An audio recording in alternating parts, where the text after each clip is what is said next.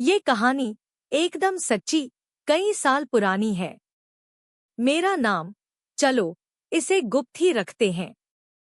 मेरे दोस्त, जो मस्तमौला और हंसते खेलते स्वभाव के थे, आज भी मेरे इस रोमांचक किस्से की तारीफ करते नहीं थकते। सच कहूँ, उस वक्त मैं कुछ ज्यादा ही बिंदास था। उन दिनों मैं हर रात थोड़ा नशे में डूबा रहता था और शराब मेरे दिल में अजीब सी बेचैनी जगा देती थी। मैं तब 35-36 का था, शादीशुदा, पर अपनी पत्नी से कुछ समय के लिए अलग था। मेरा मन हमेशा कुछ नया तलाशता रहता था, पर मैं गलत रास्तों पर नहीं भटकता था। फिर भी मेरे दिल में एक अधूरी सी तलाश थी। एक बार मैं पुणे से नागपुर जा रहा था, रात की ट्रेन में। फर्स्ट क्लास का डिब्बा था, 4 बर्थ वाला, जैसा उस जमाने में होता था। रात के करीब 9 बजे ट्रेन जलगांव स्टेशन पर रुकी। एक जोड़ा चढ़ा। शख्स का नाम श्याम था, करीब 60 साल का, थोड़ा कमजोर और थका हुआ दिखता था। उसकी पत्नी रोहिणी शायद 45 की होगी, गोरी, सुंदर और एक आकर्षक व्यक्तित्व वाली। उसकी नीली साड़ी में लिपटा हुआ रूप, जैसे चांदनी रात में कोई सपना हो। उसकी मुस्कान और बात करने का अंदाज ऐसा था कि कोई भी उसकी ओर खींचा चला जाए। श्याम और रोहिणी ने मुझसे हल्की फुल्की बात करने की कोशिश की, पर मैंने ज्यादा जवाब नहीं दिया। शराब की हल्की बू मेरे सांसों में थी और मैं नहीं चाहता था कि उन्हें इसका पता चले। उनकी बातों से पता चला कि श्याम रिटायर्ड थे और वो दोनों नागपुर अपनी बेटी से मिलने जा रहे थे।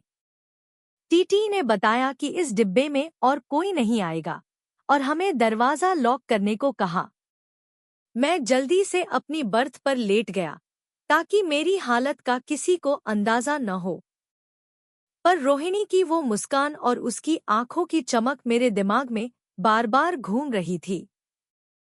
ट्रेन अपनी रफ्तार से नागपुर की ओर दौड़ रही थी।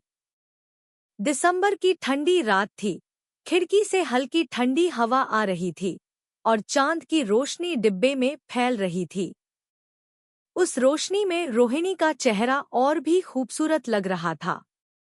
डिब्बे का सन्नाटा, ट्रेन की लयबद्ध आवाज और वो ठंडी हवा, सब मिलकर मेरे दिल को बेकरार कर रहे थे।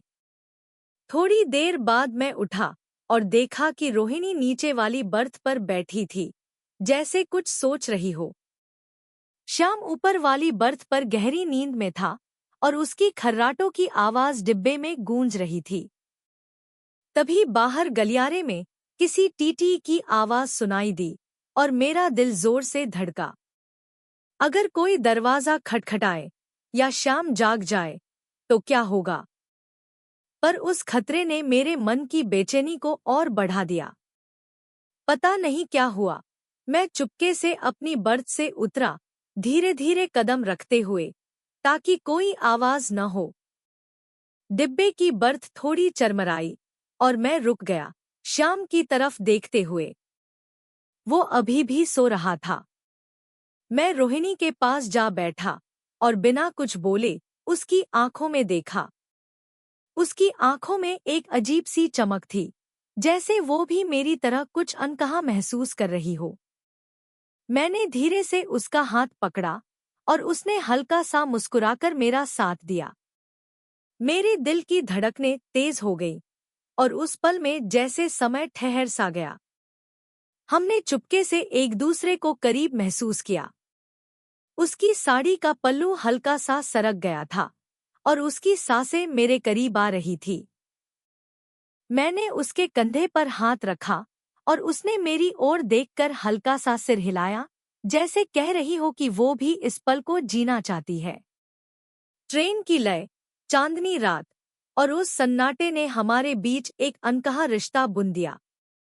हमने उस रात एक दूसरे को पूरी तरह समर्पित कर दिया, बिना किसी शब्द के, बिना किसी शोर के।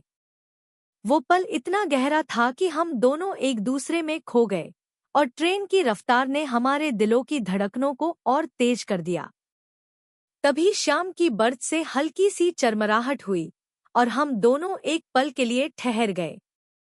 मेरा दिल जोर से धड़क रहा था और रोहिणी ने भी डर भरी नजरों से मुझे देखा। पर श्याम फिर से खर्राटे मारने लगा और हमने राहत की सांस ली। उस खतरे ने हमारे बीच के रोमांच को और बढ़ा दिया।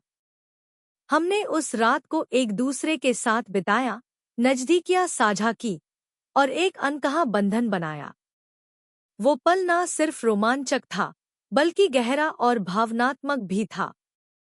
सुबह जब ट्रेन नागपुर के पास रुकी, श्याम टॉयलेट गया हुआ था। मैंने रोहिणी से धीरे से कहा, रोहिणी, तुम्हारी मुस्कान ने मुझे रात भर बेकरार रखा। उसने शर्माते हुए जवाब दिया, तुम भी तो कम नहीं हो। हमने एक दूसरे का परिचय लिया, जैसे कुछ हुआ ही न हो। उसने बताया कि वो अपनी बेटी के पास डिलीवरी में मदद करने जा रही थी। श्याम स्टेट गवर्नमेंट से रिटायर्ड ऑफिसर था। मैंने उसका पता मांगा, पर उसने हंसकर मना कर दिया। मैंने मजाक में कहा, रोहिणी, अपनी बेटी को भी इतनी ही मुस्कान देना, और वो हंस पड़ी। जब श्याम वापस आया, हमने नॉर्मल बातें की, जैसे कुछ हुआ ही न हो। ट्रेन नागपुर पहुंची और हम अलग हो गए। पर मेरे दिल में वो रात, रोहिणी की मुस्कान और उस चांदनी रात का रोमांच हमेशा के लिए बस गया।